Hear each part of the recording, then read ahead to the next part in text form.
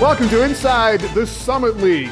Baseball and softball still trying to beat each other, and the weather right now. We do have some highlights coming up. We will put the wrap on South Dakota State University's women's basketball run to the semifinals of the WNIT. But first, the chairs continue to be very musical for the head coaching positions in our Summit League men's basketball programs. 3 changes already so far in the last couple of weeks. Craig Smith takes over at the University of South Dakota. Jason Gardner is the new men's coach at IUPUI, and we will talk with him coming up here in a moment. And Saul Phillips is leaving North Dakota State to be the new head coach at Ohio University. It is in the Mid-America Conference, and it is a jump up from the Summit if you go by the conference RPI right now. Big jump in pay for Phillips, who will reportedly make a little more than 3 times what he was making in Fargo. Phillips was at North Dakota State for 7 seasons. The Bison won 28 games this year, including that tournament win over Oklahoma. He takes over an Ohio team that did win 25 games this year, but did not make the NCAA tournament. So NDSU is looking for a coach right now. Meanwhile, IUPUI has found theirs, and he is Jason Gardner. He's from Indianapolis, played at the University of Arizona. He was the College Player of the Year in 2003, not that long ago. Played pro ball in Germany up until about 4 years ago. He's been an assistant at Memphis for the past 2 seasons, and now Gardner takes over as the head coach of the Jags. And he joins us now. And first of all, congratulations on the appointment, Coach. No, thank you so much. I mean, I'm excited. I mean, I think it's an unbelievable opportunity because I always want to be a head coach, and then obviously to be able to come back home in your hometown to be the coach, because I think it's phenomenal. All right, going home for you in this case can be a tough thing to do. Can you just have to make that a positive all the way around? I think it's great because I just think that's where I'm from. All my family's from there. My wife's family's from there. So I think it's, and we're a big family and we're a big supportive family. So it's been real positive so far. All right, did things change immediately for you right away? You were at the Final Four this week. Was it different walking around at the Final Four as a head coach now? Just a tad bit. I think that it was some, everybody's. Well, the crazy thing is I haven't hired a staff yet, so everybody thinks I have 3 positions and an ops position and a GA position. So everybody from everywhere, from coaches who are referring people to people wanting jobs. So it was a little bit hectic. Coach, what is the first thing, the most important thing that you want to get done or get established right away? I would say the biggest thing is just changing the culture. I think that they have had some down years so far, and I think that right now is that you can't get accustomed to losing, and so just want to go ahead and change the culture as far as just winning, work ethic, get back to the basics. So the biggest thing is get back to working hard.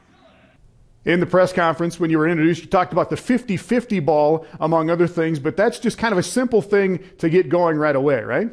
Those are balls that help you win and lose games. Those are balls that, get your crowd excited, get your team excited. So when you win those balls, it's something that I'm going to chart. And a lot of times, too, is that if you're charting that ball, a lot of times you can see if you got 50-50 balls and you're losing that battle, you probably have a great chance of losing the game. So that's something that's going to be charted very heavily during, over our games. All right, Coach, when it comes to building a team, can you do it with players from the Indianapolis area, Ohio and Louisville, and just players around that area? Definitely. It's so much talent just in the Indianapolis area. And then when you talk about going to Ohio, Illinois, Kentucky, Minnesota, Wisconsin, just kind of more so probably Wisconsin too, but it's just so much talent in that in those areas. And but the main focus is targeting Indianapolis though. And finally, it wasn't all that long ago that you were playing. Can you still play? Do you still play a little bit? No, I can't play like I used to. I can still shoot it now. So, but no, every now and then I will probably get out there with the boys and kind of just, have a little fun with them. But, I definitely can still shoot it. All right, our thanks to Jason Gardner, the new men's head coach at IUPUI. Up next, the South Dakota State women were the last Summit League Hoops team playing this season. We have the story on their trip to Texas for the WNIT semifinals.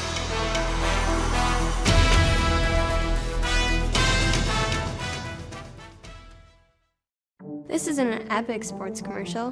There's no Hollywood director. There's no $1 million budget. There's no slow motion. Or stadiums filled with crowds. It's just us. Us. Real athletes. Real athletes. Who want to get better, get stronger, and make the starting lineup. Be healthy and active. And this is where we'll do it. The Sanford Sports Complex, a game-changing destination. Learn more at sanfordsports.com. Minutes east of Sioux Falls stands Grand Falls Casino Resort. A casino in a grand new way, where you can turn an evening into a winning night out. Spin a day off into a day of play. Who says life next door shouldn't be grand? Get tickets now for legendary singer-songwriter Neil Sedaka, Sunday, April 13th at 5 p.m. Grand Falls Casino Resort, a grand new way to eat, play, and stay. Breaking up is hard. Honda, you know there's been a lot of trash talk out there about us from our competition. But you know what the truth is. Honda has better safety. Honda has more standard features. Honda dominates with the best technology. Honda has better gas mileage. And to top it off, Honda has the best lease offers. Now, during the Spring Into a Honda sales event, we have an opportunity to take it to them and show them that Hondas are the best vehicles on the road today. Bring it in. Let's go Honda! Let's go Honda! Yeah! Inside the Summit League is brought to you by Sanford Health, Grand Falls Casino, and Dakota Land Honda.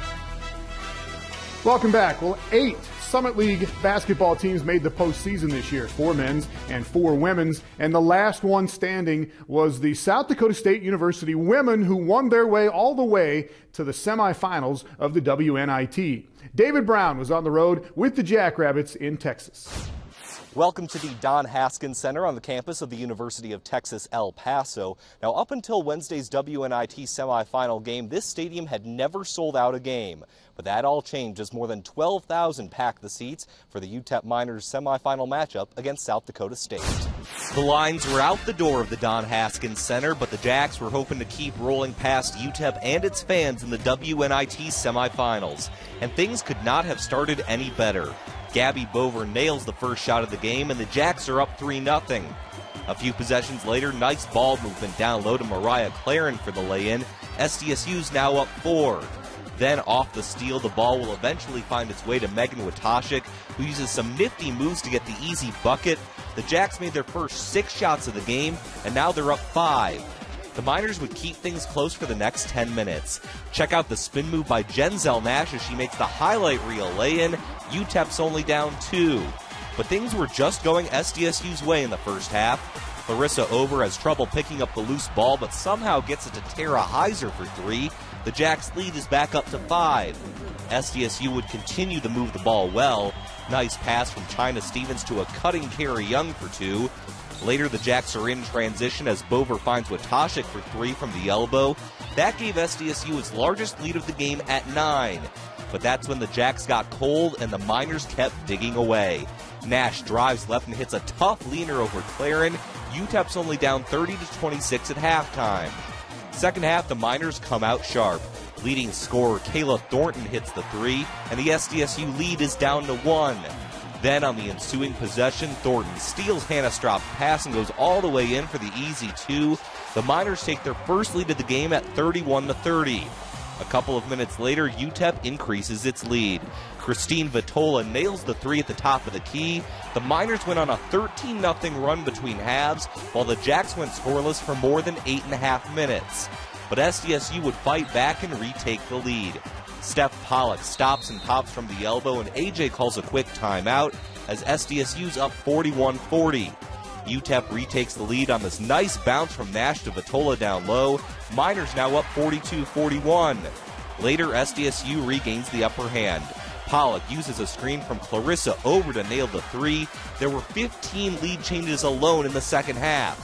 And another one came a few plays later. As Thornton buries the tray and then holsters both of her guns, UTEP is up 2. Miners are up 6 with 30 seconds left, but the Jacks won't go away quietly. Watashik hits the 3, cutting the lead in half. After 2 UTEP free throws take the lead back to 5, SDSU continues to push the pace. Bover hits the corner three with 9 seconds left, cutting the deficit to 65-63. After an intentional foul, Kelly Willingham makes the first free throw, but the second one bounces off and the Jacks have a chance down 3.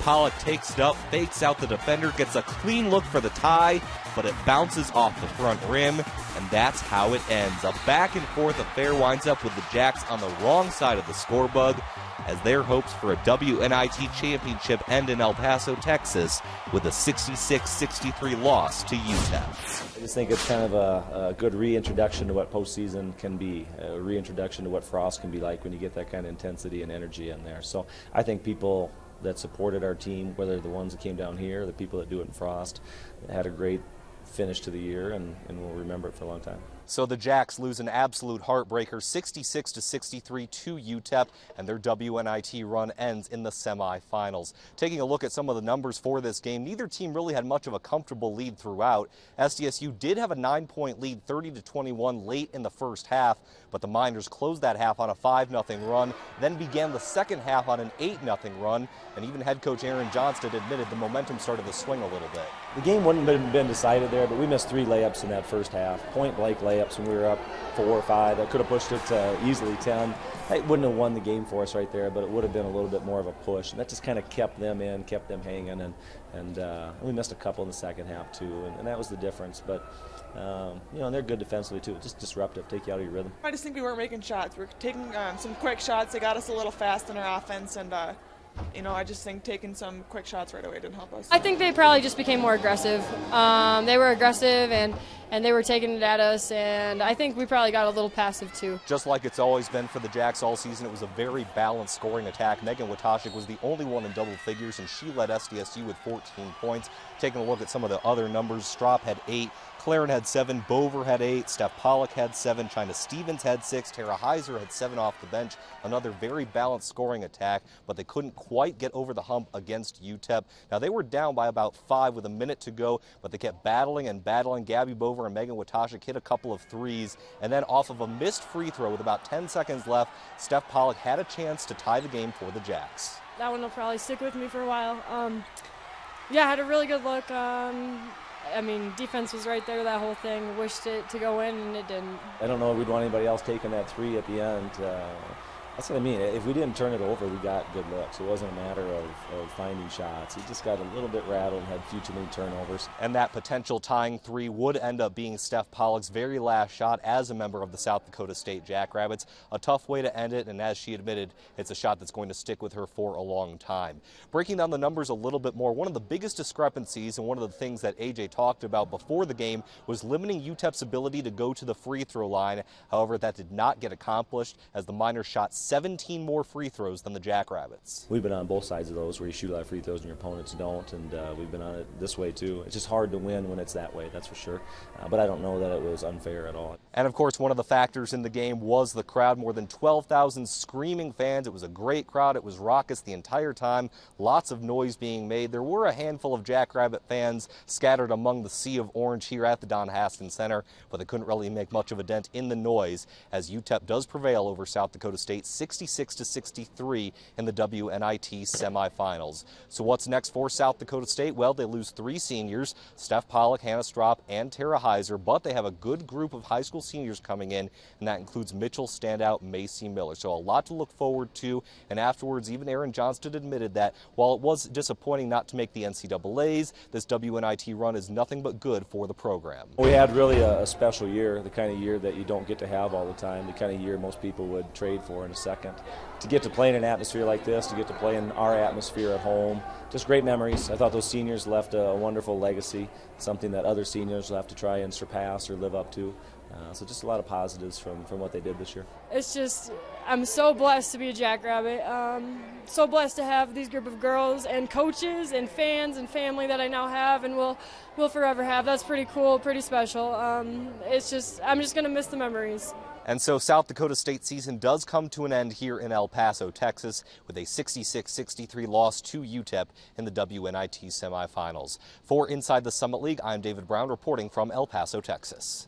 All right, softball coming up next. We'll see if Sammy Marshall could keep that batting average above 500 at Western Illinois.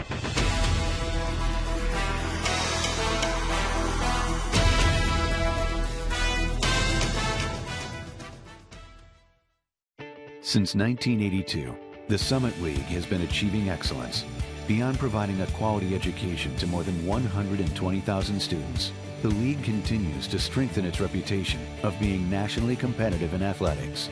Today, more than 3,000 elite student athletes at 8 institutions embody the vision, purpose, and innovation the Summit League represents. These young men and women are reaching for the summit in both athletic and academic endeavors. Honda, you know there's been a lot of trash talk out there about us from our competition, but you know what the truth is. Honda has better safety. Honda has more standard features. Honda dominates with the best technology. Honda has better gas mileage. And to top it off, Honda has the best lease offers. Now, during the Spring Into a Honda sales event, we have an opportunity to take it to them and show them that Hondas are the best vehicles on the road today. Bring it in. Let's go Honda! Let's go Honda! Yeah! So, how was game night with the girls? Oh, it's just another girls' night. We ate way too much food. We sat around a lot. We had a few laughs, but it was very relaxing. Need a real girls' night out? Grand Falls Casino Resort is the place to live it up for a big night out, just a short drive away. Grand Falls Casino Resort. My favorite time of day to be fly fishing is early in the morning when the sun's just coming up and you start to see the fish rise for dry flies. What I love about fly fishing is seeing the mouth come out and take that fly and go back down. It's awesome. I know I've really helped a customer when I see that they're excited about taking their new equipment and trying it on the river. I'm Mike Dufresne, and I'm one of the fly fishing experts at Shields. Inside the Summit League is brought to you by Sanford Health, Grand Falls Casino, and Dakota Land Honda. Welcome back. Some softball got moved around a little bit because of the weather, but here are the highlights of the week. Bison and the Mavericks at West Side Field in Omaha, about 60 degrees at game time. Allie Mathewson, the leadoff hitter for Omaha. That is a home run. Ties it at 1-1 in the fourth inning. Omaha will take the lead on a base hit here by Sydney Hames. Amber Luttmer is going to come around to score on the slide, and the Mavericks are up 2-1 in this one. But North Dakota State gets 3 runs in the fourth inning. Cheyenne Garcia right here had 1 of 9 hits for the Bison. North Dakota State pitcher Krista Menke struck out 12. Bison win 4-3 and 3-2 in the sweep. In Macomb on Saturday, Western Illinois and Fort Wayne. Miranda Kramer for Fort Wayne, 10 strikeouts, gave up just 3 hits. She gets the shutout. Fort Wayne gets 2 runs here in the third. Katie Hansen with the hit. Presley Cooper scores, and it's 2-0 in game 1. A little more offense in game 2. Carissa Kuchis down the line. Leah Romeo scores here. Western had a 2-1 lead, but Hillary Cartman for Fort Wayne. Bye-bye. Fort Wayne gets 4 in the fourth, 4 in the sixth, and they win game 2, 10-2. And then back on Sunday for game 3, Danny Pugh, a home run for Fort Wayne. She has 7 on the season. Fort Wayne up 5-1 through 5 innings, but Western gets 7 in the sixth. Sammy Marshall had a couple of hits. Tegan Walsh, though, drives in 2 here. Western comes back to win it 8-5. And the Leathernecks are now 4-5 in league play. North Dakota State still on top at 4-1. IUPUI, by the way, scored 41 runs in a 3-game sweep of South Dakota State over the weekend. Baseball coming up next. Fort Wayne is hot right now. Highlights coming up.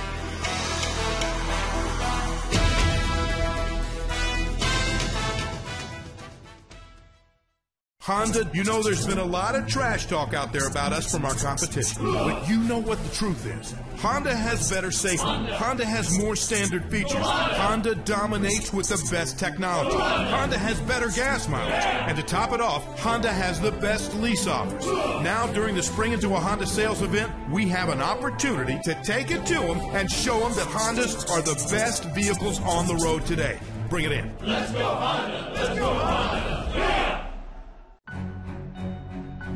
These are places of excellence, where big efforts yield big results. The places where perfection is perfected, but without the players, without the performance, these are only places. The stage is set. Now, exceed yesterday. Choose Sanford Orthopedics and Sports Medicine. Minutes east of Sioux Falls stands Grand Falls Casino Resort. A casino in a grand new way, where you can turn an evening into a winning night out. Spin a day off into a day of play. Who says life next door shouldn't be grand? Get tickets now for legendary singer-songwriter Neil Sedaka, Sunday, April 13th at 5 p.m. Grand Falls Casino Resort, a grand new way to eat, play, and stay. Breaking up is hard. Inside the Summit League is brought to you by Sanford Health, Grand Falls Casino, and Dakota Land Honda. Welcome back. Here is the week that was in Summit League baseball.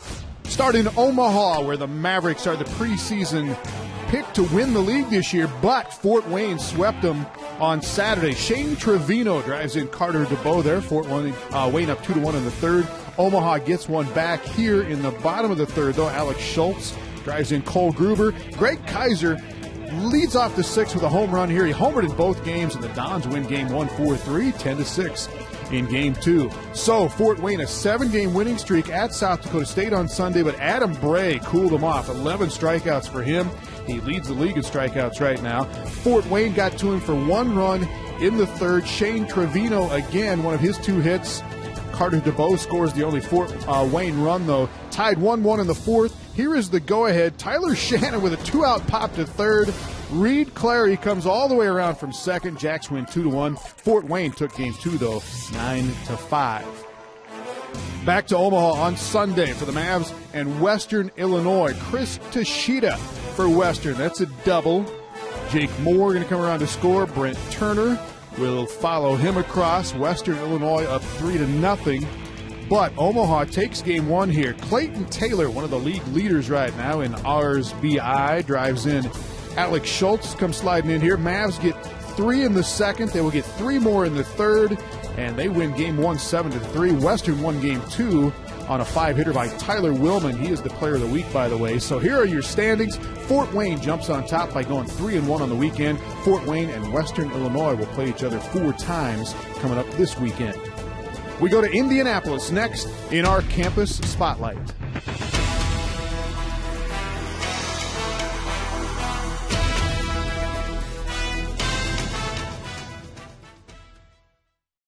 So, how was game night with the girls? Oh, it's just another girls' night. We ate way too much food. We sat around a lot. We had a few laughs, but it was very relaxing.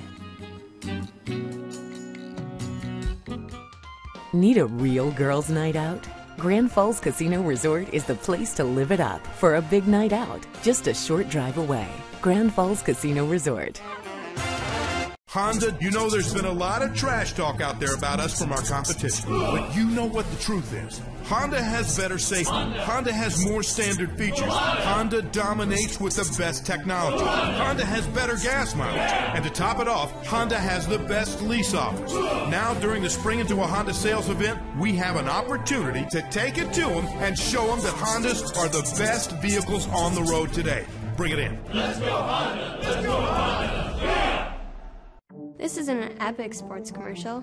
There's no Hollywood director. There's no $1 million budget. There's no slow motion. Or stadiums filled with crowds. It's just us. Us. Real athletes. Real athletes who want to get better, get stronger, and make the starting lineup. Be healthy and active. And this is where we'll do it. The Sanford Sports Complex, a game-changing destination. Learn more at sanfordsports.com. Inside the Summit League is brought to you by Sanford Health, Grand Falls Casino, and Dakota Land Honda. Well, new IUPUI men's basketball coach Jason Gardner is making his move back home to Indianapolis. And in our campus spotlight this week, we'll show you why more than 30,000 students have made it their move to attend the Summit League's largest university.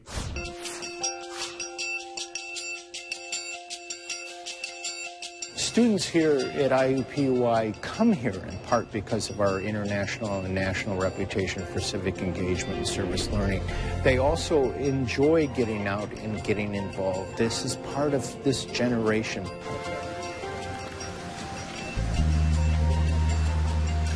The idea is that when students are engaged in practical learning experiences, it helps them to understand their course material in a deeper way.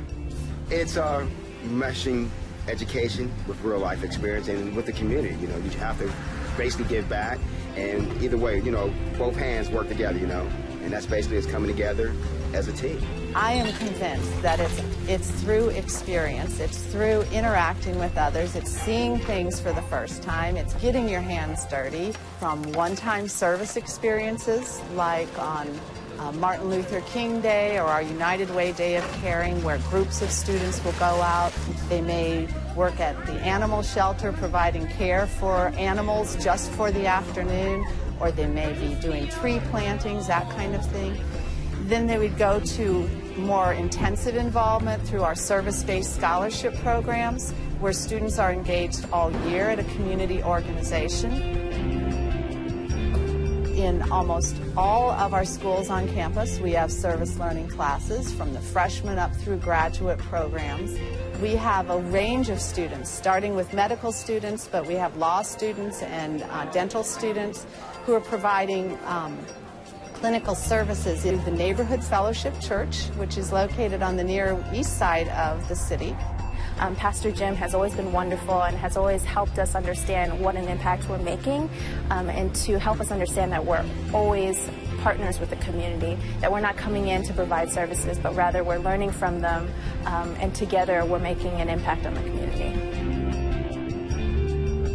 One of the most exciting and long-term programs has been when our athletes read with children at school, IPS School 42. And what we find is that the student athletes come out of that experience of reading one-on-one with another kid and just being inspired to continue in their own education and inspired to make a difference. Students just love the projects. They really dig into it. They really feel like they're making an impact on the community from what I've seen, and it really drives them to do more. Our name, I remind people, is not a partnership of two, it's a partnership of three. Indianapolis is a partner with us from the very beginning of the campus, and you cannot train people in the professions we teach here without being partner with your community. Big thanks to all our Summit League school correspondents. We will see you next week on Inside the Summit League.